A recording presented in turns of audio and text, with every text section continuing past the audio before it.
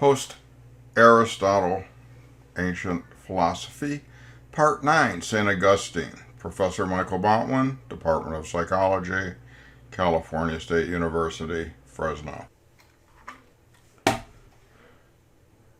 St. Augustine, I find a very interesting character. In his youth, he writes that he stole pears from an orchard with a group of other boys. Not so much that he was interested in eating the pears, but he was interested in finding out what it was like to steal. In his young adult years, he was known to like to drink, wine, and dine, and pursue women. Eventually, he settled in with a concubine that quite displeased his parents, and they tried many times to force him to give her up so he could marry a woman of his class. And all in all, in his confessions during his debauchery, Augustine writes, "God, please save me, but just not quite yet." You gotta like a guy like that. What can you say?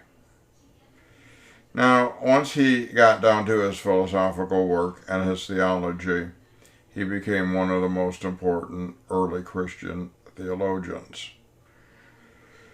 And apart from pears and debauchery, Augustine thought the most important knowledge was knowing God.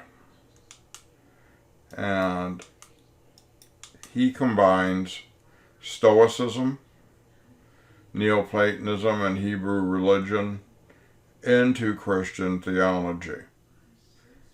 He kind of moves it up a notch from where Paul had worked on it.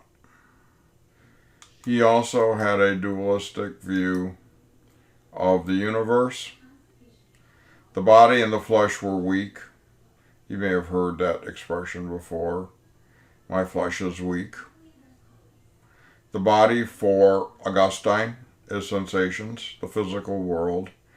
And knowing anything about the weakness of the flesh and the physical world, in Augustine's view, can't get you to know God. Now, on the other hand, in terms of his dualism, he thought thoughts were internal knowledge. Notice the Platonic bent here. Internal knowledge, especially of the forms or universal knowledge, was fundamentally important in Augustine's schemes. And knowing the forms leads eventually to awareness of God, since according to Augustine, God is the author of all of the forms.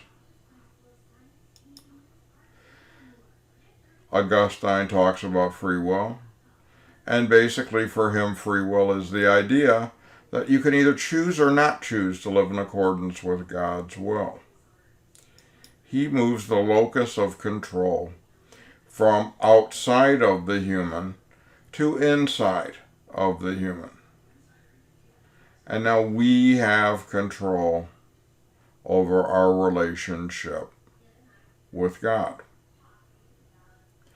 Augustine also believed in the validity of intersubjective experiences, of our thoughts and cognitions and memories and things.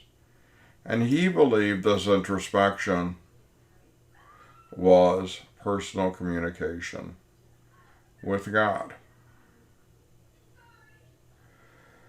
So you have this line of individuals moving along, and they're building Platonic theory into early Christian theology.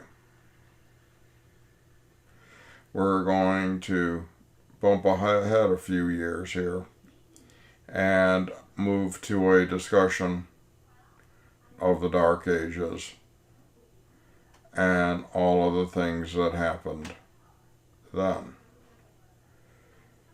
In the meantime, I hope you're having some fun with the history of psychology and that you're enjoying it.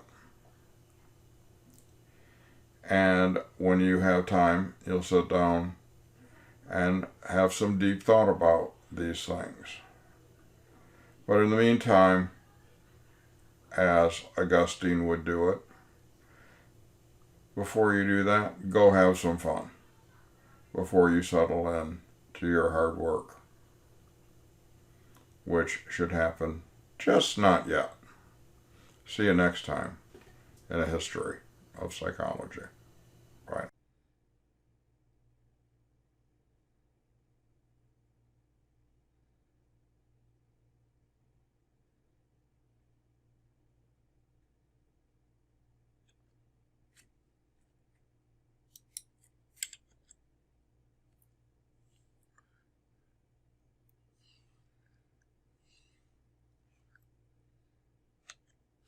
This has been a We Have Couches video production. Copyright 2020.